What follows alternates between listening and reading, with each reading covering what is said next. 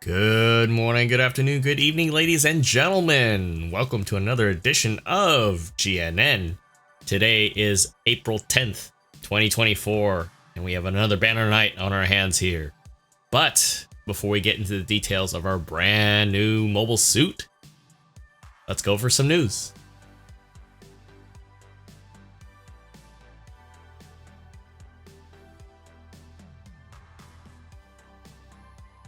All right, folks, the GBO Spring Festival is still in full effect for 2024.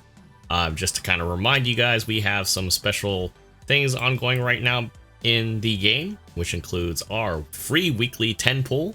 So if you've been saving up and you're not quite sure that this suit that's coming out tonight is right for you, don't worry, you have a guilt-free pool with a chance to get 2 stars or higher, basically. So it's really cool. On top of that, we do have a special half off, which you can kind of see the banner suit already. But we'll get into that in a second. We do have the third round for the GBO Spring Festival Limited Special Mission. So our third suit is the Yagdoga Gyune. So if you haven't had a chance to get this, don't have enough recycle tickets, and you want that part of your collection, definitely get those missions done. Alright, so I'm pretty sure you guys already saw it from the little teaser screenshots that they had explaining the GBO festival. Our new banner suit for tonight is a 2-star, the Engage Gundam Booster Type. Now, this is a little bit different from the Engage 0, which we'll get into shortly. I know I keep saying shortly, but we do have a limited supply drop notice for the Hyakushiki Kai ground type. This is originally a 600 native, so if you missed out on that banner, this is your chance to get that suit again, as well as the 650 variant, as well as the respective weapons for that. So bear in mind, it's actually a pretty cool suit. I know a lot of people dub this as the Mad Rock 2.0. This thing slaps. It's a lot of fun. If you like supports or you want something that has a good array of mid-range weapons, this is one of those suits that I can highly recommend. Jumping into the Spring Festival thing that we talked about earlier, just not too long ago, there is a special boosted supply drop for this suit. So, as always, we love our discounts. So the first step is a half off. So if you want to try to get this suit, that's your quick chance there. But before we get into that main event stuff, we do have some changes to the recycle ticket counter. Changes are as follows. We now have the Psycho Zaku Mark II being added, as well as the Shazar Type Team B Jesta being added to the recycle exchange. On top of that, we do have some changes to the DP exchange counter. The changes are as follows. We have the Desert Gelgoog level 4, as well as the Rig Gelgoog level 4, and the Gelgoog ground type Bish Donahue at level 4 as well. All 3 of them are single star suits, so I can foresee this being very easy to tune, but it's hard to say how viable they will be in their respective costs. So we do have a update on the situation battles as well. It's the Phantom and Corrupted Beast. If we go here really quick, this is a cross-dimension 0079 reference, or Gundam Side Stories version of that.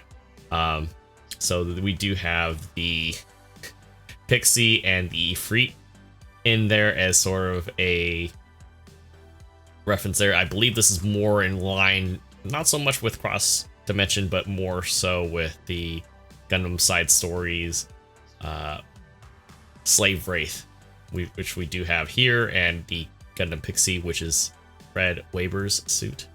Heavy D and a couple ground type GMs, as well as representing the Zeon Special Forces group in that desert.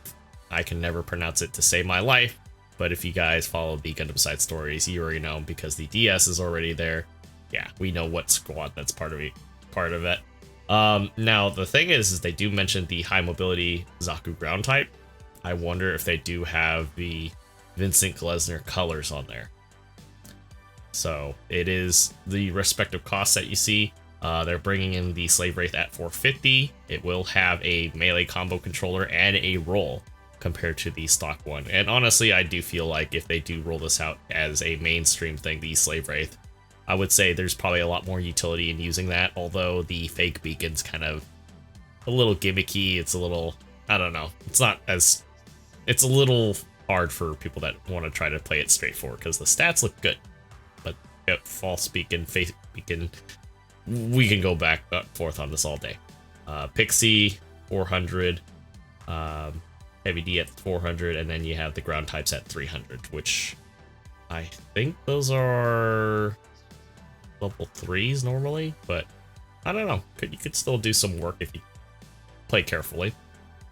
So we have the 450 DS at 450, sorry. The ground type at 400, I think it's a 300 native, so yeah, level 3. Zaku 2 heavy arms at 400, so this is going to be interesting. Level 3 type S Zaku 2 and a 250 Zaku 2 with the bazooka. Interesting, but the Zaku 2 will have, as always, the melee controller. Oh, actually, wow, it'll actually have a melee controller at... Whoa, okay. That's pretty cool.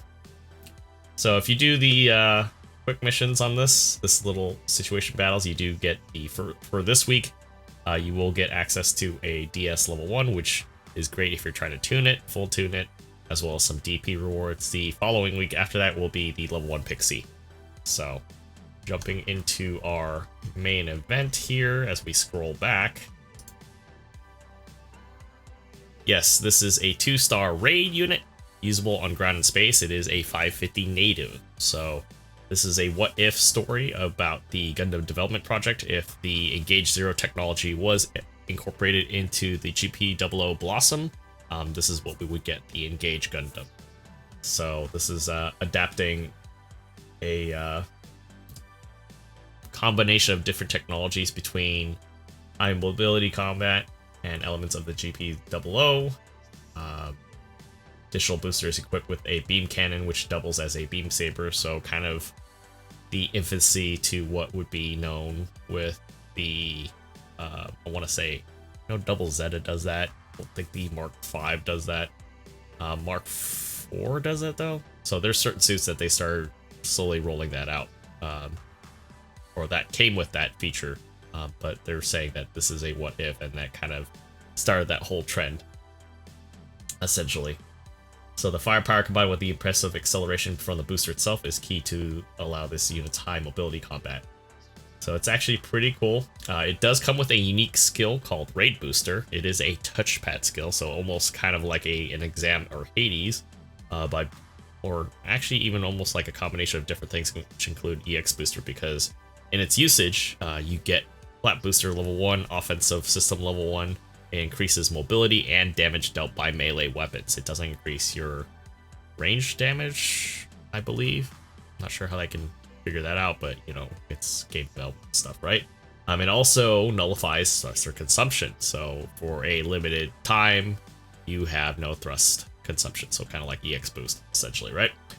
Normally, okay, so performance with the lower melee attacks changes with the melee armament corresponding to the skill.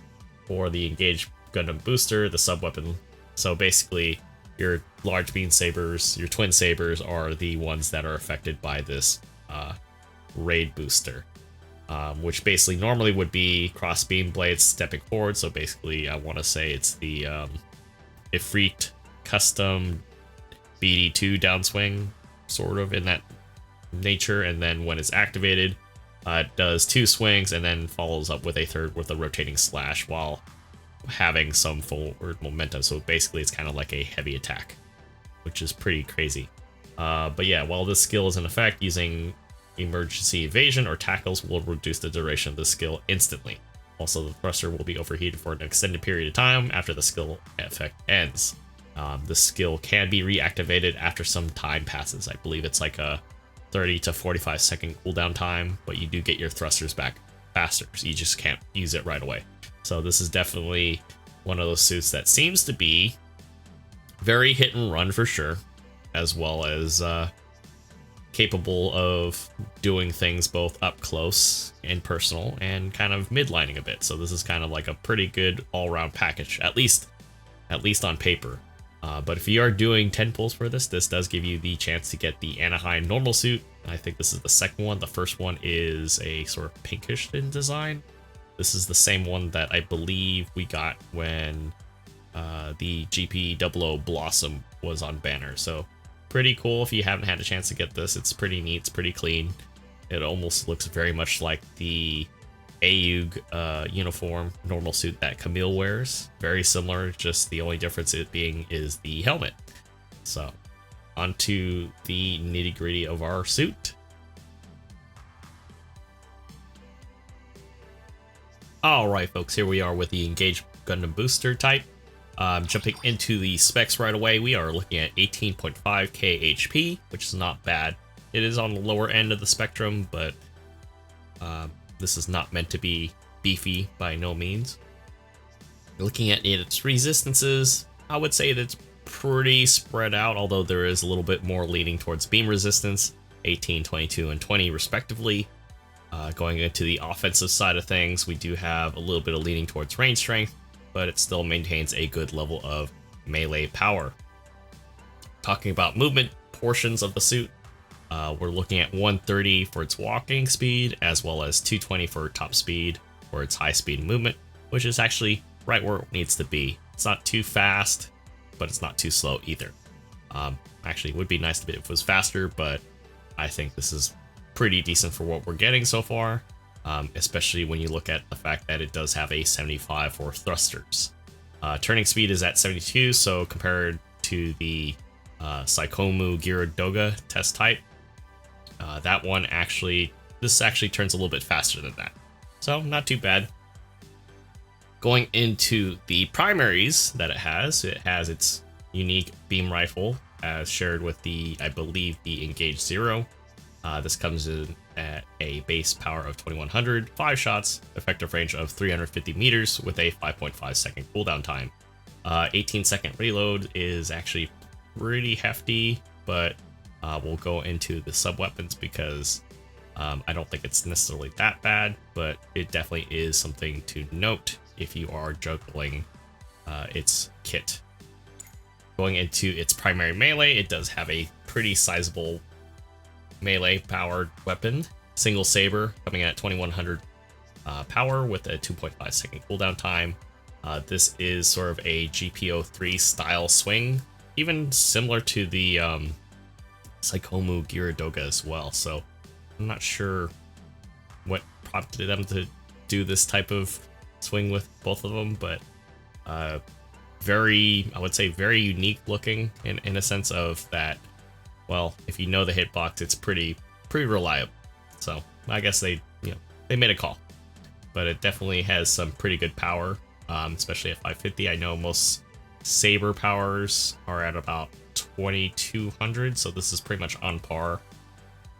Going into the first sub weapon that it has its own unique Vulcans coming in at base power of 100. 40 shots with a 175 meter effective range and 8-second reload time. This actually has a pretty good rate of fire. I did get to try it out in practice for a hot minute, and this isn't like your normal Vulcans where they kind of go chunk, chunk, chunk, chunk, chunk, chunk. It actually burps pretty quickly. So it does, I think, stuns or breaks MA1 in about maybe 30 shots or so, approximately. Pretty much standard for the Force, the 5% deal. Jumping into its sub sabers there that was mentioned with the raid booster.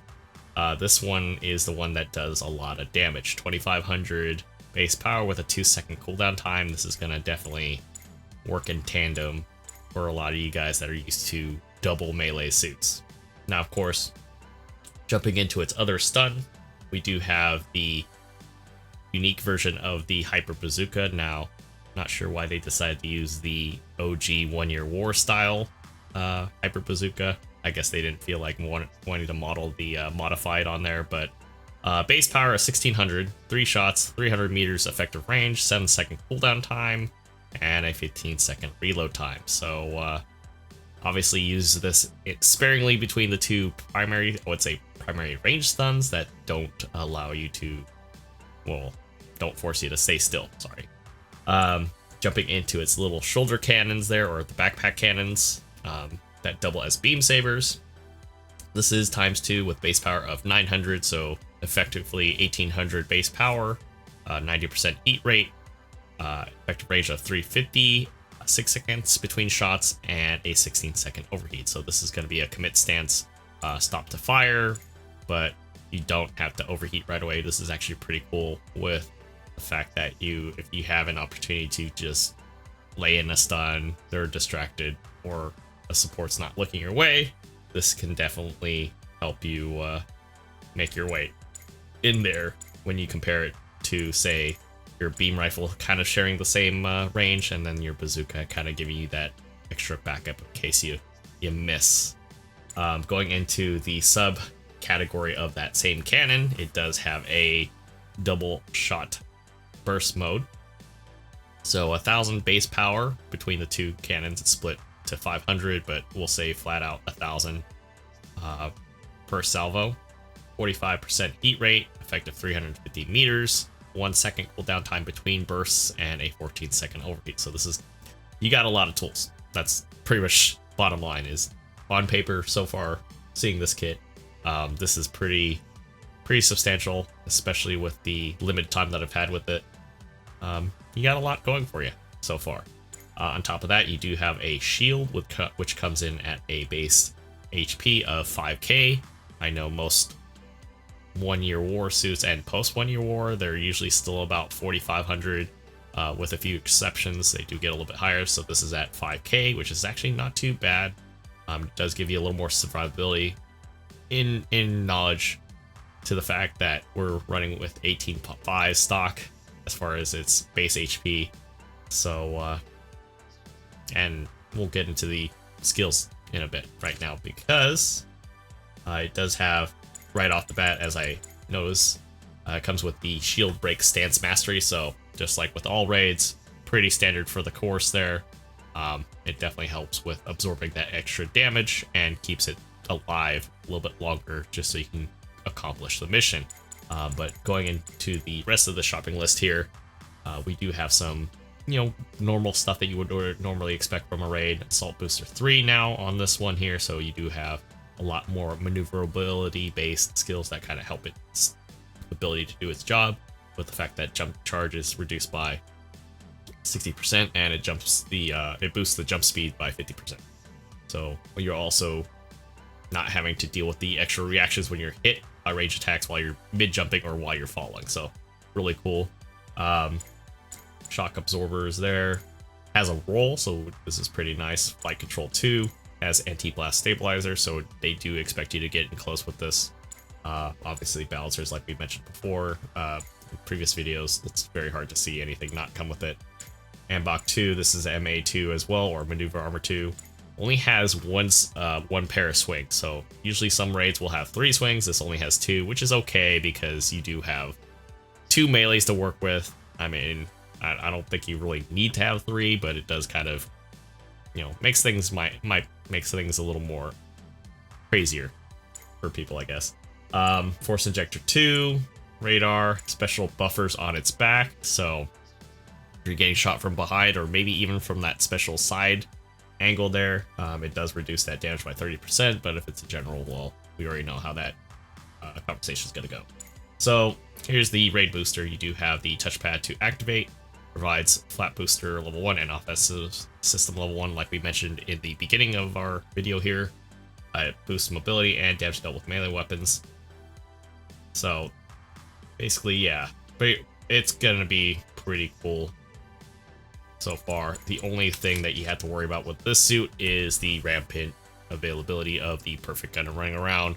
As always with any new suit, even with something like this, it's only going to be as good as your team. So if your team's not there, hard to say how well this is going to do, but I do feel like on paper, with what we've seen so far and what I've had a chance to kind of try out and practice in a very quick moment, you do have a lot of tools to work with, and it's all going to be down to your own personal instinct when it comes to, well, how the match goes.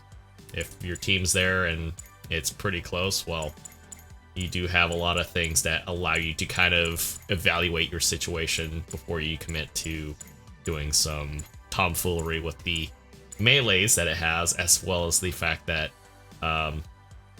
while you're engaging in the raid booster mode, this thing adds up as far as like damage output goes. If I've if I could describe the swings when it comes with this sub weapon here. So all right, folks, that concludes our video on the brand new banner suit that just came out, the Engage Gundam Booster Type. Now, of course, I did sell my soul a little bit for this just because it's actually a pretty unique looking suit. It's less curvy. It resembles more of the original GP series that it's supposed to be a part of. But I want to know what you guys think. You think this is going to be really cool once it's fully unleashed on the field and people are running into it more commonly? You think it's going to be fodder for the perfect Gundam until it gets its nerf at the end of the month? I want to know what you guys think. I want to know if you guys even run into this thing and see its potential or not lack of potential. Anyways, hopefully you guys enjoyed that video. I am looking forward to eventually running this at some point, maybe probably during this weekend. But more importantly, please make sure you hit that like and subscribe button. It helps out the channel immensely. And I will see you guys all in the next video. Take care.